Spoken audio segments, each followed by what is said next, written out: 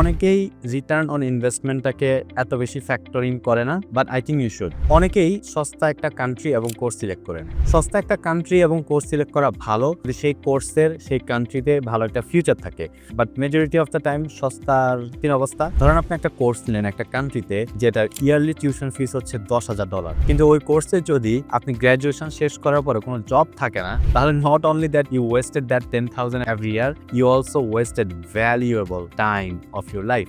But again, যদি কোনো একটা কোর্সের $25,000 থাকে পার ইয়ার টিউশন ফিস এবং এটা 3 বছরের একটা কোর্স হয় for bachelor, for example in the UK, এবং ওই কোর্সটার অনেক ভালো ডিমান্ড থাকবে ইন দ্য ফিউচার, তাহলে আপনি $75,000 খরচ করতেছেন ঠিক, কিন্তু দেখা গেছে আপনি 1 থেকে 2 বছর জব করে ওই সমপরিমাণ মানি আর্ন করে ফেলতে পারতেছেন, which is better. For example, আমেরিকার কোনো একটা ভালো ইউনিভার্সিটি থেকে ডাটা সায়েন্সে ব্যাচেলর করতে ইউ প্রবাবলি স্পেন্ড লাইক $100,000, কিন্তু ডাটা সায়েন্সের গ্র্যাজুয়েটরা বছরে খুব ইজিলি $80,000 আর্ন করতে পারে। $80,000। এটাই হলো রিটার্ন অন ইনভেস্টমেন্ট ভাই। সহজ সিম্পল কথা, খালি খরচের দিকে তাকাবেন না, এটার আউটকাম কি সেটাও দেখেন, ফিউচারে এটা আপনাকে কোথায় নিয়ে যাবে সেটাও দেখেন। আমেরিকাতে জব না পাইলে আপনি ইউকেতে যেতে পারবেন কিনা, জার্মানিতে যেতে পারতেছেন কিনা, এই আউটলুকটা দেখেন। সবকিছু থিঙ্ক করে আপনার কোর্সটা সিলেক্ট করেন, কান্ট্রিটা সিলেক্ট করেন, ইউ উইল উইন।